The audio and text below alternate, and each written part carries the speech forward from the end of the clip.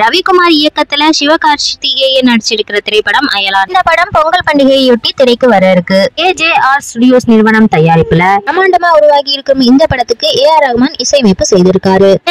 இந்த படத்தோட படப்பிடிப்பு எல்லாம் நிறைவடைந்து ரீ ரெக்கார்டிங் செய்ய படத்தை AR ரஹ்மானுக்கு போட்டி காட்டி இருக்காங்க.